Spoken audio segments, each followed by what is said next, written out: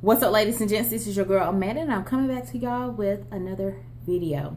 This month is Domestic Violence Awareness Month, and I decided to do a makeup tutorial using purple makeup.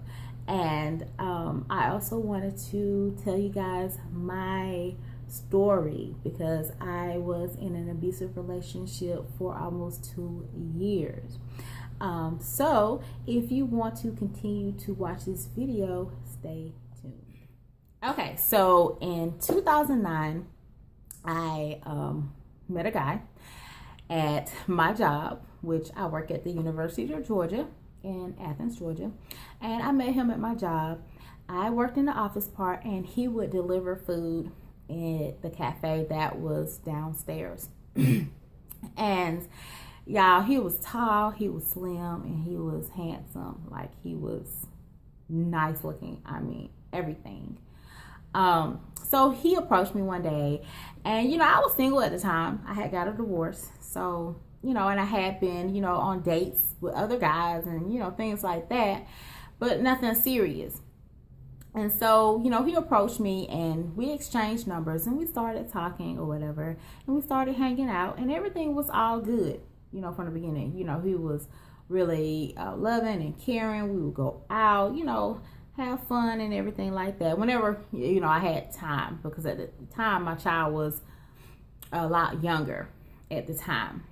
And so, he would always come over and everything like that. And, and I didn't know at the time, but he would check my phone while I was in the bathroom or something like that. I would just leave my phone up because I don't have anything to hide from anybody, right? So one day he came to me and he was like, I've been checking your phone. And I was like, wow, really? You don't trust me? Why are you checking my phone? And he was like, well, I saw this, message from this guy, and I was like, okay, yeah, what about it? And he was like, well, why is he telling you that he loves you? And I was like, well, wait a minute, hold up. I was like, well, did you read the message that I sent him? At the time, y'all, I had one of those flip phones. Yes, it was back in 2009, but I had a flip phone. And y'all know with the flip phones, you have an inbox and you have an outbox. So the outbox, you would have to go to the outbox to read the message that I sent to him. And so I asked him, I said, well, did you read the message that I sent to him? He was like, no. I said, see, that's where you went wrong at, because you would have known that I said, I don't know why you told me that you love me, because I don't love you. And so, I was like, if you don't trust me, it's time for you to walk away. I said, point blank, period. If you do not trust me, it is not going to get any better from here. So, we still, started dating again or whatever. And after that, everything got so crazy. He got psychotic, he got controlling, he got manipulative, he became abusive. And it was months later, I would say about 6 months after, we started really dating and going out and everything, that's when he became controlling, manipulative, abusive, everything, y'all. And I remember one day I went to the gym, and he had an issue with me going to the gym. And I'm like, I'm trying to, keep in shape, trying to look good, you know what I'm saying? And he had an issue with me going to the gym. So I get back from the gym, and I guess he felt like I hadn't sweated enough or whatever. He felt like I was somewhere else cheating on him, right? And so he wanted to smell my coo, you know what I'm saying? I don't want to get too explicit, you know what I'm saying? But he wanted to smell down there to make sure that, I guess, I wasn't, sleeping around, whatever. So I'm like, no. I said, I'm not doing anything. I don't have anything to hide from you. You know what I'm saying? So that first time, he didn't lay his hands on me, but he slammed me on my bed. And I told him, I was like, you know what? It's time for us to split. I was like, I am not going to tolerate this. You know what I'm saying? And so he started crying and he started saying, I'm sorry, and this and that and all the other. And I gave in, and we kept on going. You know what I'm saying? And after that, it was a living nightmare. It was a living nightmare after that. Anything I did was wrong, y'all. It was crazy. He started drinking really heavy. And y'all, when I say he would take a bottle of liquor and he would turn it all the way up and drink it like it was some water. And that's when he became very violent. Like, he would drink, I automatically knew that he was going to become violent, you know. And I would always try to avoid him from drinking because I knew that he would put his hands on me, you know. And I remember one time, you know, he got so upset with me, he just started choking me. And I would have to fight him off of me, you know. Like, men are stronger, you know, point blank, period. So I would have to fight him off of me. I remember one time when he was choking me, I threw him over my back because that's how strong I had got, you guys. Because I had to fend for myself, you know what I'm saying? And some people was like, why did you stay? Why did you stay? I feared him. He put fear in me, you know what I'm saying? And I stayed because, he would threaten me, you know what I'm saying? So I stayed. And that time when he choked me and I threw him off my back, you know, it was some strength that came up in me that I had to, you know, fend for myself, because I felt like if I did not throw him off my back, he probably would have choked me to death, you know. I remember one time he put a belt around my throat and he pulled it real tight. It was choking me, right? And, you know, I had to fight myself away from him then, you know. And every time he hit me and every time it's like, you know, it's time for us to, you know, split, he would cry. He would buy me guilty gifts. You know, he would go out and buy me whatever, you know what I'm saying? And he would buy me flowers. He would buy me whatever, you know. He would start cleaning up. He would take care of, you know, my daughter, his kids and everything. And, you know, I would always stay, you know what I'm saying? And I remember one time, he headbutted me and I got a black eye. And I remember one time, that same night, actually, I can't remember exactly what happened, but I know I had some cornrows in my hair, and I had a gash in the back of my head because I think maybe my head hit the wall or something, and I had a gash and it was bleeding back there. And he choked me that night too. Every time he would choke me, it's like he wanted to choke the life out of me, you know. And that night, like I said, he put a gash in my head, and every time he would do something to himself, like, you know, he'll cut himself or, you know, something like that, and he'll start crying or something like that. And I always felt sorry and I would stay. And I actually felt sorry for this guy.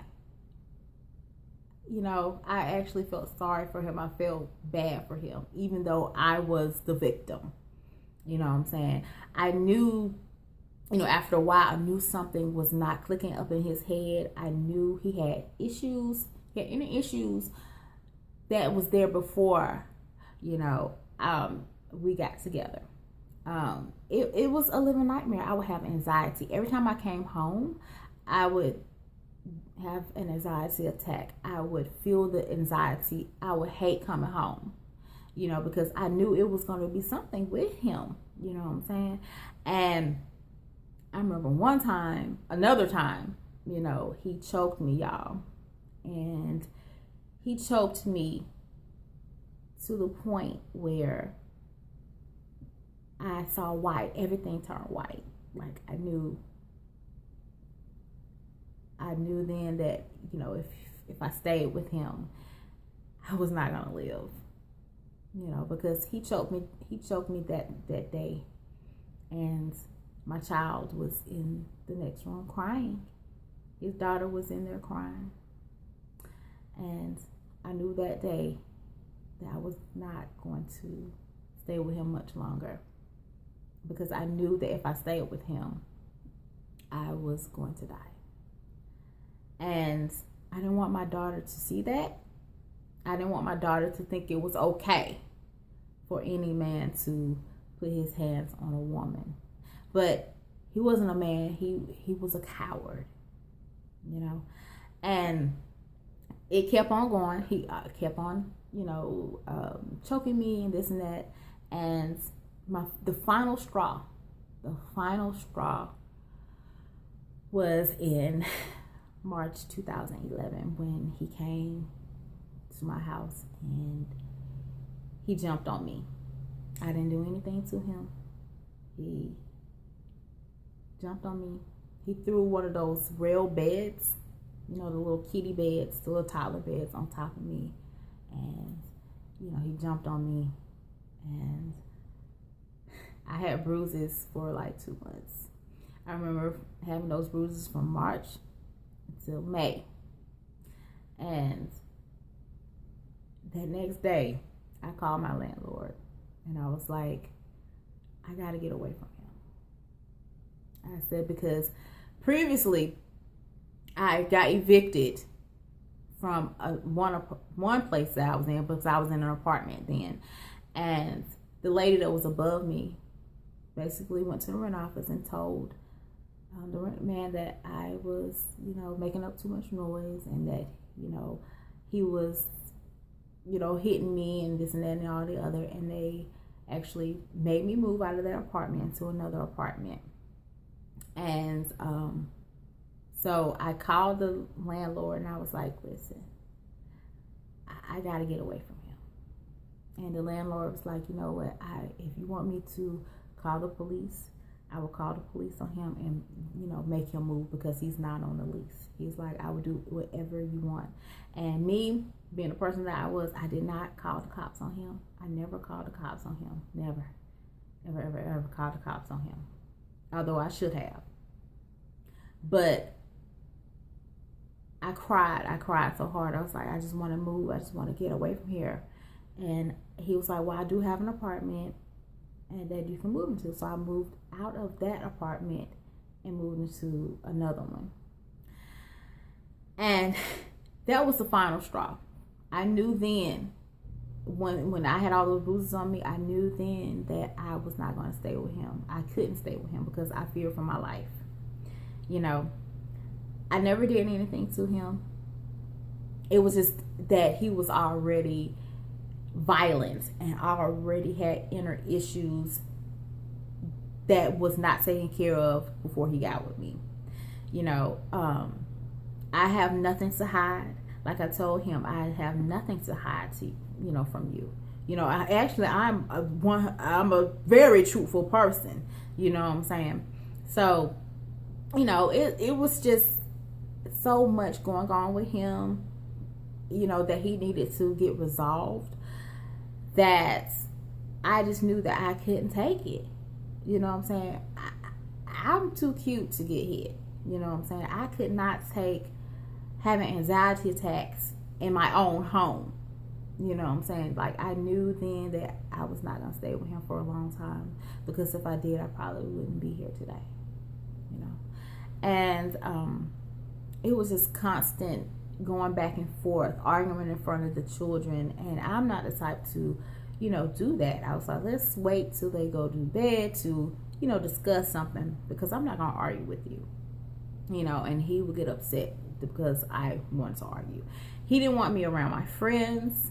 You know what I'm saying? Like, he would check my phone if someone texts me and everything. It was just so much with him, and the choking, the hitting, it was just so much. Like, those 2 years, almost 2 years I was with him, it was a nightmare. It was a total nightmare, and I couldn't take it anymore. And I knew that I didn't want my daughter to see that. you know. I mean, she would have nightmares. She would cry all the time, and you know, she would get so upset that she would just throw up, you know. And I told myself, I was like, I can't let her see this anymore. You know, I felt weak. I was fearful of him, you know, because he would pull knives out, any kind of thing, you know, anything, you know. He didn't want me talking to my sisters or my mother or anything like that, you know. I remember one time I was on the phone with my sister, and I tried to, you know, turn the volume down, because my family, we're very close, so you know, my middle sister will always check on me, and I tried to turn the volume down on the phone, because at the time I had got another phone. And he went to the kitchen, he got a knife, and he threw it on the bed. I guess he was telling me, like, if you don't turn this phone up, I'm gonna, you know, basically stab you or whatever. And so I was like, I told my sister I'd get off the phone, and she was so upset, you know. And it took me a long time to actually tell my family that, you know, he was putting his hands on me or whatever. And they were so heartbroken, and that happened, you know what I'm saying? And they felt like, you know, if I hadn't told them, you know, he could have done something to me, he could have killed me, and they never would have known what was going on, you know. So when I finally told them, they were so upset. And I actually told them after he choked me and I passed out, and I saw everything just turn white. And that's when I told him that, you know, he was abusive. And, you know, it was just horrific. It was a horrific experience. He was the first and only guy that had ever put his hands on me. But I knew once I left him, I knew that I would never get in that situation ever again, because it was crazy. And I wish I had more time to talk about it, but in a nutshell, what I have told y'all, that was my experience. It was hell. It was pure hell being with him. But like I said, he thought it was justifiable that he would hit me. You know what I'm saying? He was like, you know, you shouldn't have did this, you should have did that. And I'm like, are you serious? And so I knew I was not going to stay with him long. And when I left, I packed all my stuff up. I had to move out of my own apartment, which I did not care. When I left, and I did not look back. Because he was the only guy that ever put his hands on me, and has been the only guy that put his hands on me, because I will not tolerate it now. Not. Ladies, if a man feels it's okay and justifiable to put his hands on you, he is not a man. He is a coward. He is a coward. Okay? And it's not okay to stick around and get hit. That will wear your body down. The stress itself wore me down. He would wake me up out of my sleep to argue. My mother was like, why you look so tired? And it's because he would wake me up out of my sleep to argue at 2 and 3 o'clock in the morning. He would wake me up out of my sleep to, you know, argue, to fight. You know what I'm saying? You know, he would make me have sex with him when I didn't want to. So that's basically like raping me. It's not okay, ladies, to stay in an abusive relationship, okay? Because eventually, you will break down. Your body will break down. Those hits are not good for your body, or for your head, or for anything. The stress alone will kill you.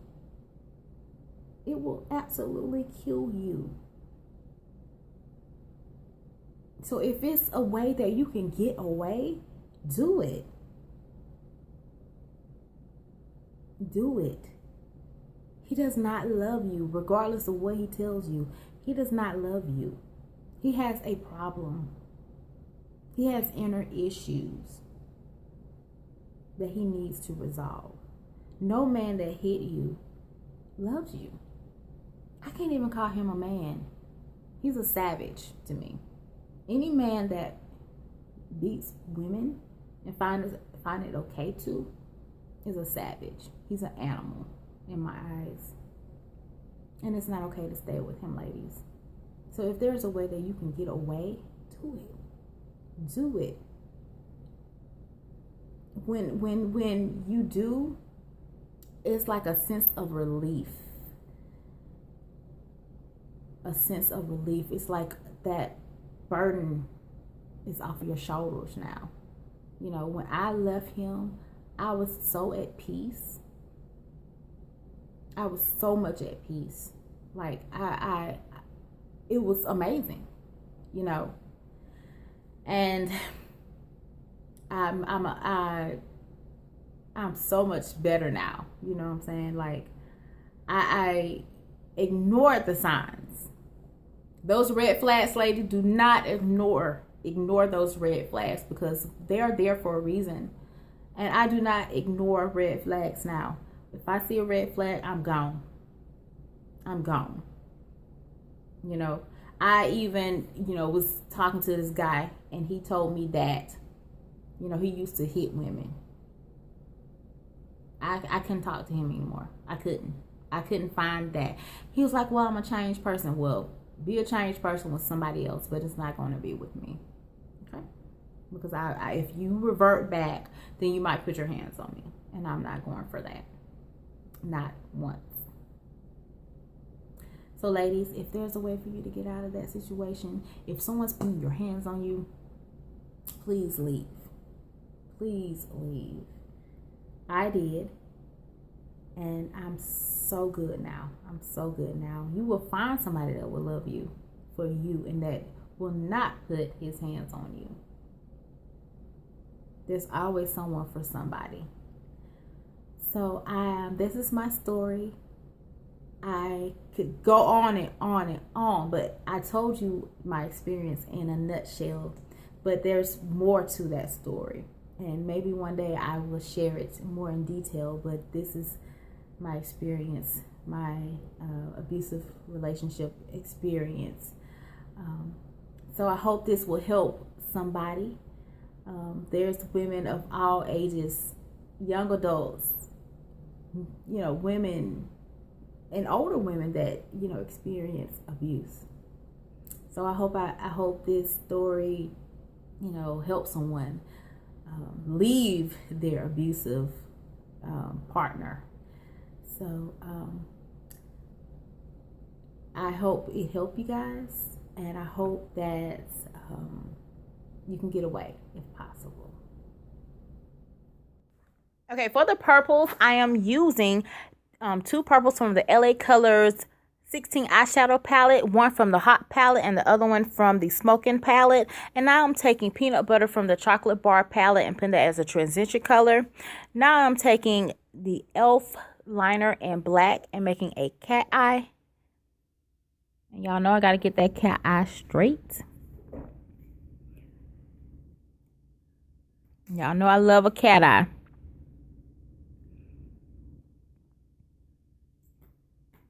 Okay, now I'm taking some gel liner in black and putting it in my waterline. And now I'm taking those 2 purples and putting it in my, to smoke it out for my bottom lash line. And now I'm just taking some LA Colors mascara and putting that on the bottom and top lashes. And now I'm just putting on some Cherry Blossom Demi Wispy lashes. Those are my favorite lashes so far. And now I'm just taking the LA Girls Pro Concealer in orange and putting that under my eyes to conceal those dark marks that I have up under my eyes. It only takes a little bit of this concealer to conceal the dark marks. If you put too much, it will show up. Even if you put the foundation on, you can still see the orangey color. So I'm just taking a beauty blender that I got from the Dollar Tree and using that to blend out that concealer. and it does really good with my dark marks. Okay, now I'm just taking the Beautiful Matte Primer and putting that as a primer on my face because I am oily. Now I'm taking my go-to foundation, which is Maybelline Fit Me in 355 and 360, and putting it all over my face. And I'm just using an L flat brush to do that. I'm just doing patting motions on that. And now I'm just taking Mellow Wine by Wet n Wild and putting that on my cheeks.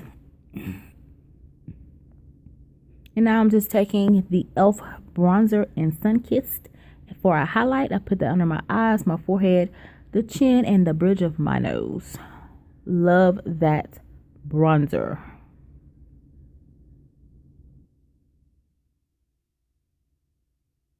Okay, now I'm just buffing everything out so everything can flow flawlessly into my face.